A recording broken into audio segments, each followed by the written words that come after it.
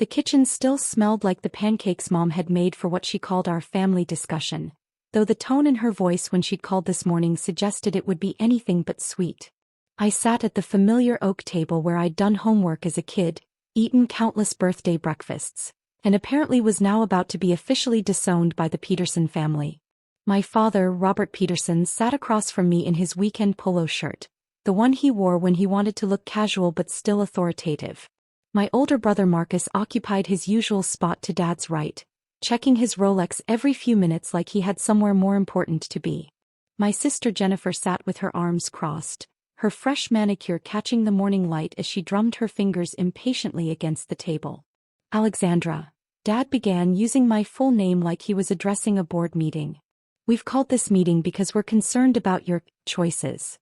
I took a sip of coffee from my chipped mug, the same one I'd been using since college. Pie choices. Your lifestyle, Mom clarified from her position by the sink, where she was aggressively cleaning already clean dishes. It's been 3 years since you graduated and you're still living in that tiny apartment working those odd computer jobs. Freelance web development, I corrected quietly. Marcus snorted. Freelance unemployment is more like it. Do you even have health insurance? I did have health insurance. Excellent health insurance, actually, through the LLC I'd established for my various business ventures. But they'd never asked about the details of my work, too busy assuming I was barely scraping by. The thing is, sweetheart, Dad leaned forward with his best fatherly expression, we've been patient. We understood you needed time to figure things out after college. But this freelance computer thing isn't a real career. Jennifer nodded emphatically. All our friends ask what you do and it's embarrassing. Marcus is a financial advisor with his own firm. I'm a marketing director at Belmont Industries. What am I supposed to say? That my sister sits at home in pajamas all day playing on her laptop. I actually spent most of my time in business casual attire, managing a portfolio of investments that had grown far beyond what any of them could imagine. But their version of my story was more convenient for their narrative. We've made a decision, Dad announced, pulling out a folder thick with documents. It's time for some tough love. Here it comes. I'd been expecting this conversation for months, watching their disapproval grow as they became more convinced I was wasting my life. What they didn't know was that I'd been preparing for this moment almost as long. We're cutting off your allowance, Mom said, finally turning from the sink. No more monthly deposits. No more emergency fund access. You need to understand the real world. I blinked. My allowance? Marcus looked smug. The $800 a month Dad's been sending you. Don't act surprised. We know you've been living off family money while pretending to be independent. That was interesting. I hadn't received money from my parents since my sophomore year of college, when I'd started my first cryptocurrency mining operation in my dorm room. But apparently, Dad had been making deposits to an old account I'd forgotten existed.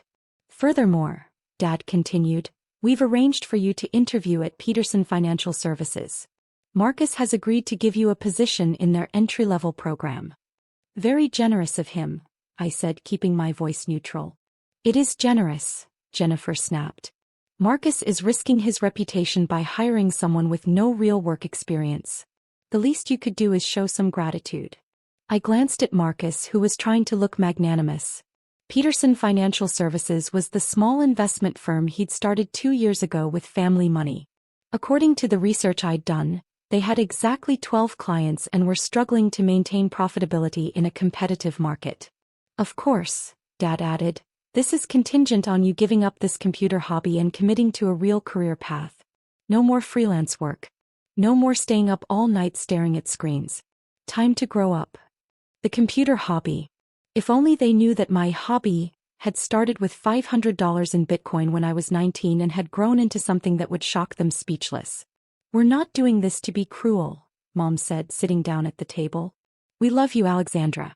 But enabling your delusions isn't helping anyone. My delusions. That was rich coming from a family who thought Marcus's struggling firm and Jennifer's mid-level marketing position made them business experts. So, Dad leaned back with the satisfied expression of someone delivering an ultimatum. What's it going to be? Are you ready to join the real world, or do we need to let you sink or swim on your own? I looked around the table at their expectant faces. Marcus checking his watch again. Jennifer examining her nails. Mom wringing her hands with fake concern. Dad wearing his best disappointed father expression. Before I answer, I said carefully, can I ask what brought this on? Why now? Jennifer rolled her eyes. Because we're tired of making excuses for you. Last week at the Johnsons' charity gala, everyone was talking about their children's careers. I had to pretend I didn't know what you do for work. And the Hendersons keep asking when you're going to settle down with a nice young man, Mom added. How can you find a suitable husband when you don't even have a proper job? Marcus leaned forward. Look, Alex, I've been watching your bank account activity. Dad asked me to keep an eye on your finances, make sure you weren't getting into trouble. That was also interesting. The account they'd been monitoring contained exactly $1,247, mostly from the monthly deposits I'd been unaware of. My actual banking was handled through a complex network of business accounts, investment portfolios, and offshore holdings that Marcus couldn't access even if he knew they existed. Your spending patterns are concerning, he continued in his professional advisor voice. Rent on that cheap apartment, grocery bills, utility payments. You're living paycheck to paycheck on Dad's allowance. It's unsustainable. I almost laughed. The cheap apartment was a penthouse I owned outright in a building I'd purchased 6 months ago. The utility payments included electricity for the cryptocurrency mining farm I'd built in the basement. And the grocery bills reflected my preference for cooking at home rather than eating out every night like my siblings. We're just worried about you, Dad said with practiced sincerity. You're 25 years old with no savings, no career prospects, no direction. We can't watch you waste your life anymore. So we're cutting you off, Mom repeated firmly. No more enabling your delusions. I nodded slowly, pulling my phone from my pocket. I understand your concerns. Right then, as if scripted by the universe itself, my phone buzzed with an incoming call. The caller ID read, Patricia Morrison and Associates. Patricia was my accountant, one of the city's top financial professionals who specialized in high-net-worth clients. She handled the complex tax implications of my various investments and business ventures. And she always called with the quarterly portfolio updates on Saturday mornings. Perfect timing. I'm sorry, I said politely, but I need to take this call. It's about my taxes. Dad waved dismissively. Make it quick. We're not finished here. I answered the phone and, after a moment's consideration, pressed the speaker button. Good morning, Patricia. Ms. Peterson, Patricia's crisp professional voice filled the kitchen. I hope I'm not calling too early. I have your quarterly portfolio summary ready, and I wanted to discuss some tax optimization strategies before the deadline. My family exchanged glances. Jennifer rolled her eyes at what she assumed was some small freelance payment. Of course, I said calmly. What are the current numbers? Well, Patricia continued, your cryptocurrency portfolio has performed exceptionally this quarter. With the recent surge in Bitcoin and the stellar performance of your alternative coin investments, your total crypto holdings have reached $4.2 billion. The kitchen went dead silent. Dad's coffee cup stopped halfway to his lips. Mom's hands froze on the dishcloth she'd been holding. Marcus stared at my phone like it had just announced the end of the world.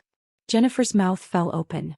Additionally, Patricia continued, oblivious to the bomb she'd just dropped, your real estate portfolio is now valued at $1.8 billion, and your tech stock investments have reached $2.3 billion. Combined with your traditional investments and business holdings, your total net worth is now approximately $8.7 billion. The silence stretched so long I wondered if everyone had stopped breathing. Miss Peterson? Are you there? Yes, Patricia. I'm here. Just reviewing the numbers with my family. Ah, wonderful. I trust they're pleased with your investment performance. Few people your age have built such a diversified portfolio. Your early adoption of cryptocurrency, combined with your strategic real estate acquisitions and technology investments, has created remarkable wealth accumulation. Marcus made a choking sound. Now, Patricia continued, we do need to discuss some tax implications. With holdings of this magnitude, we'll need to restructure several of your shell companies and consider some additional offshore vehicles. I've scheduled meetings with your lawyers for Monday. Will that work with your schedule? That should be fine, I managed, watching my family's faces cycle through disbelief, shock, and dawning recognition. Excellent. Oh, and congratulations on the Johnson property acquisition. Owning the entire Riverside commercial complex at your age is quite impressive. Your mother and father must be very proud. Dad's face had gone pale. The Riverside commercial complex was the premium office building where Peterson Financial Services rented their small suite. Marcus had complained about the rent costs just last month. Thank you, Patricia. We'll talk Monday. Have a wonderful weekend, Miss Peterson. Give my regards to your family. I ended the call and placed the phone carefully on the table. The silence that followed was so complete I could hear the kitchen clock ticking, the refrigerator humming, and what sounded like Marcus's world quietly crashing down around him. 8.7 billion, Mom whispered finally. Dollars, I confirmed. Dad set down his coffee cup with shaking hands. Alexandra. I don't understand. I looked around the table at their stunned faces. 3 years of condescension, pity, and disappointed lectures had led to this moment. 3 years of them assuming I was a failure while I built an empire they couldn't comprehend. What don't you understand, Dad? The money. How? You work on computers in your apartment. I work on computers in my penthouse, I corrected gently. The penthouse I own. In the building I bought. Using money I made from investments I started when I was 19. Jennifer found her voice. But you drive that old Honda. I drive a 2019 Honda Civic because it's reliable and fuel efficient. I also own a Tesla Model S, a BMW i8 and a vintage Porsche 911, but I don't drive them often because I work from home most days. Marcus was staring at me like I'd grown a second head. The bank account. I've been monitoring your spending. You have $1,200. You've been monitoring one account that I forgot existed until today. An account I haven't used since college because I have approximately 37 other accounts across various institutions, along with investment portfolios, business holdings, and cryptocurrency wallets that contain. Well, you heard Patricia's numbers. I stood up and walked to the refrigerator, pulling out a bottle of water.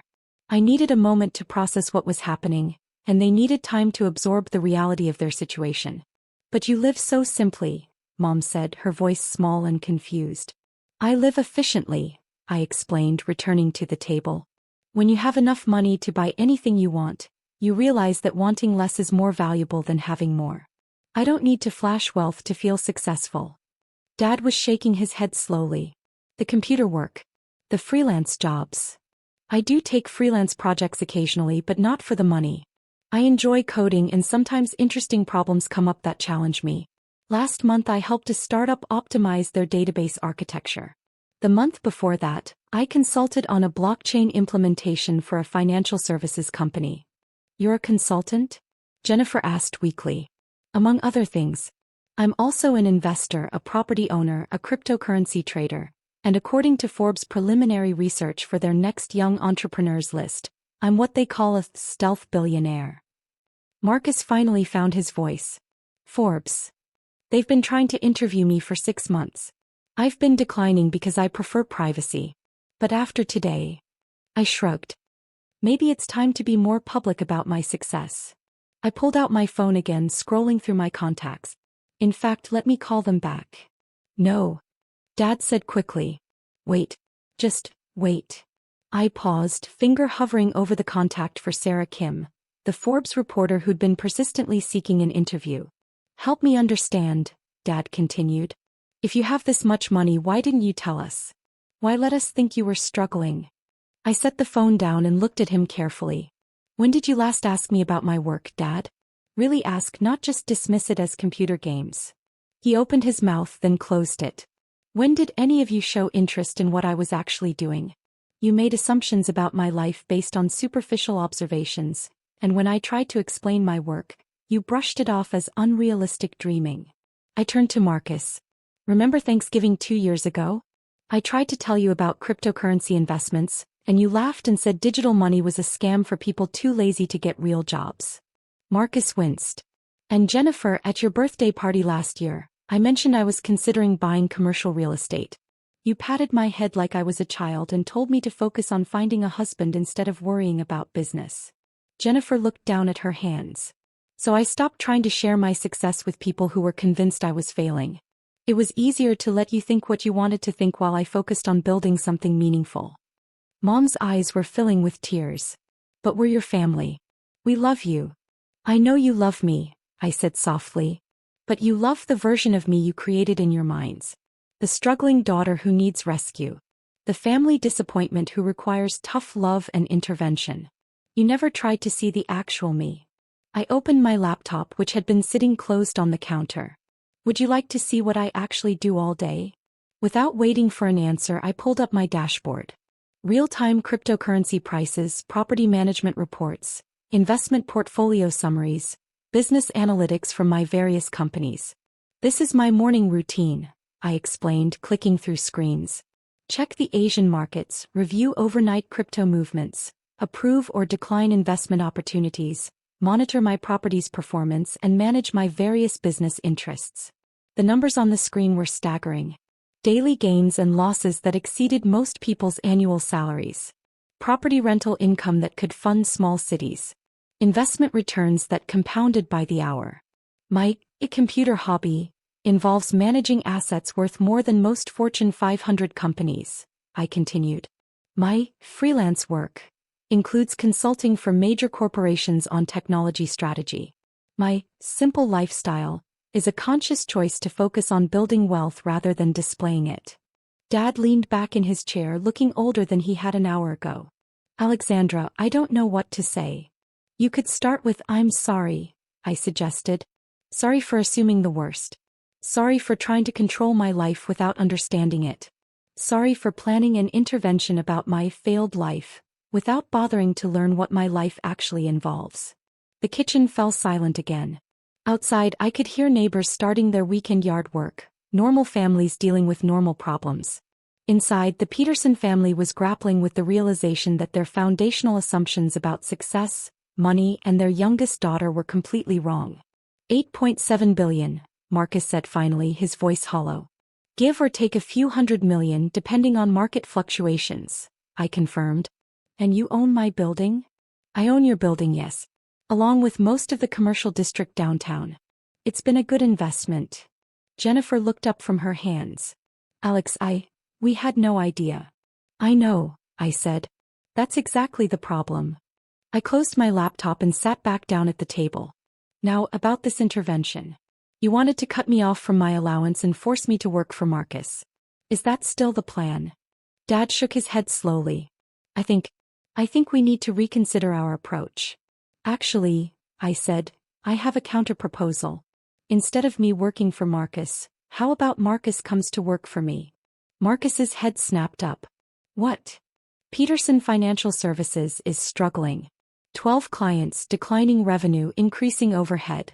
You're paying $8,000 a month rent for office space in my building to serve a client base that's not growing. I pulled out my phone and opened a file I'd prepared months ago. I've been watching your firm's performance through public records and market analysis. You're good at the relationship side of financial services, but you lack the technical expertise and capital backing to compete with larger firms. How do you know about our client base? Marcus asked weakly. Because I know everything about every business in my buildings. It's called due diligence. I make it my business to understand my tenants' financial stability. I turned the phone toward him, showing a detailed analysis of Peterson Financial Services. But you have potential. Your client retention is excellent, and your ethical standards are solid. You just need better resources and a broader investment platform. What are you proposing?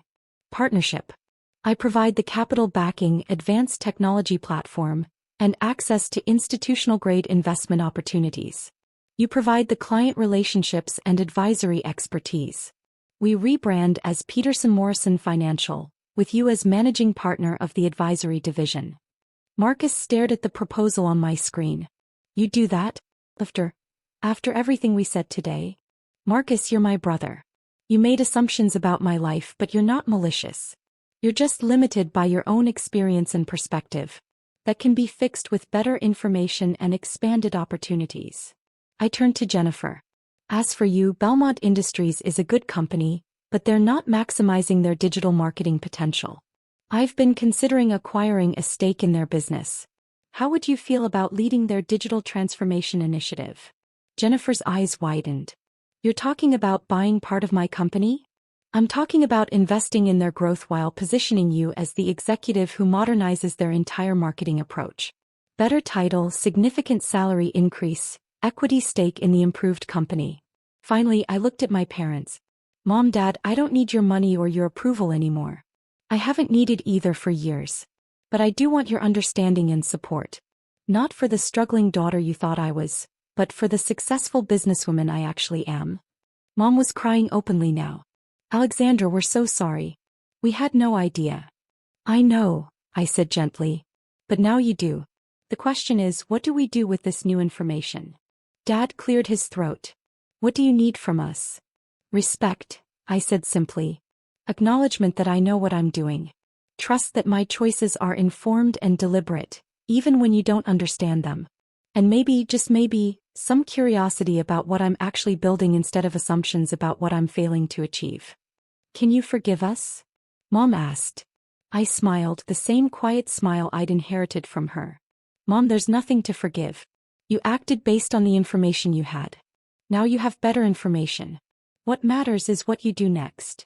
Marcus looked up from the phone where he'd been reading my partnership proposal. Alex, this is incredibly generous. Why would you offer this after the way we've treated you? Because that's what family does, I said. Real family supports each other's success, even when that success comes in forms they didn't expect. I stood up and walked to the kitchen window, looking out at the neighborhood where I'd grown up. Besides, building wealth is only meaningful if you can share it with people you care about. I've proven I can make money. Now I want to prove I can use it to create opportunities for others. Jennifer joined me at the window. I feel like we don't even know you. You know me, I said. You just didn't know what I was capable of. There's a difference. Will you teach us, she asked quietly, about investing, about business, about all of this? I turned to look at my family, gathered around the kitchen table where we'd shared thousands of meals and countless conversations. The same table where they'd planned to stage an intervention about my failed life now held documents outlining billion-dollar opportunities. I'll teach you everything you want to learn, I said. But on one condition. Anything, Dad said quickly. No more assumptions. When you have questions about my life or my work, ask me directly. When you don't understand something I'm doing, say so instead of deciding it must be wrong. Deal.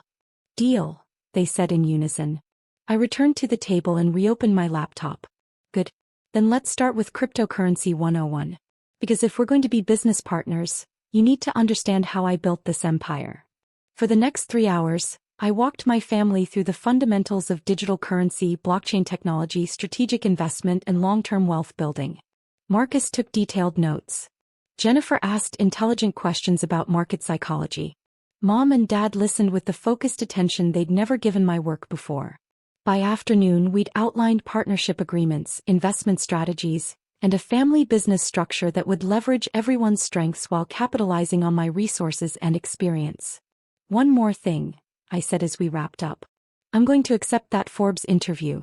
And when they ask about my family, I'm going to tell them about how you supported my unconventional path, even when you didn't understand it. Marcus looked confused. But we didn't support you. We tried to shut you down. Today you tried to shut me down, I corrected. But tomorrow you're going to start supporting me. And by the time the article comes out, it'll be the truth. That evening, I sat in my actual apartment, the penthouse I'd bought 2 years ago, reviewing the day's events. My phone had been buzzing with messages all afternoon. From Marcus, reviewed the partnership terms. This is incredible. When do we start? From Jennifer, spoke with my boss about the digital transformation project. He's very interested in meeting with you. From Mom, honey, we're so proud of you. We should have seen this sooner. From Dad, I've been reading about cryptocurrency for the past 3 hours. My head hurts, but I'm starting to understand. Thank you for being patient with us. I smiled, looking out at the city skyline. The lights of downtown twinkled below, many of them illuminating buildings I owned, businesses I'd invested in, properties I'd developed. The intervention they'd planned to save me from my failed life had instead revealed that their assumptions about failure and success needed serious revision. My phone rang. Sarah Kim from Forbes. Miss Peterson, she said when I answered.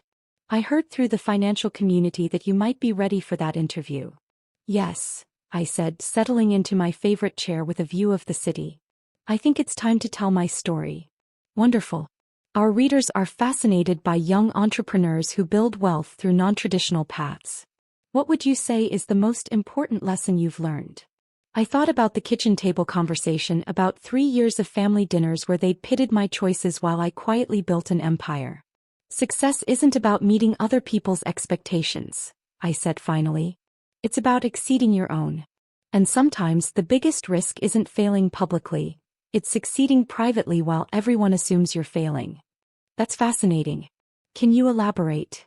I looked out at my city, thinking about the family who'd spent years trying to save me from a life I'd never actually been living. Sometimes, I said, the best revenge isn't proving people wrong. It's building something so extraordinary that being wrong becomes the least of their concerns. As I settled in for a long interview about cryptocurrency, strategic investment, and the future of digital wealth, I couldn't help but smile. The failed life they'd tried to save me from had never existed. But the successful life I'd built in secret? That was just getting started. 3 months later, the Forbes article hit newsstands with my photo on the cover and the headline, "The 25-year-old who built a $9 billion empire while her family planned an intervention." By then, Peterson Morrison Financial had doubled its client base. Jennifer was leading the most successful digital transformation in Belmont Industries history, and my parents had become surprisingly savvy cryptocurrency investors. The kitchen table where they'd tried to cut me off from my allowance now hosted weekly family business meetings where we planned new ventures, reviewed investment opportunities, and celebrated each other's success. And every Saturday morning when Patricia called with the quarterly portfolio updates, I made sure to put her on speaker. After all, some habits are worth keeping.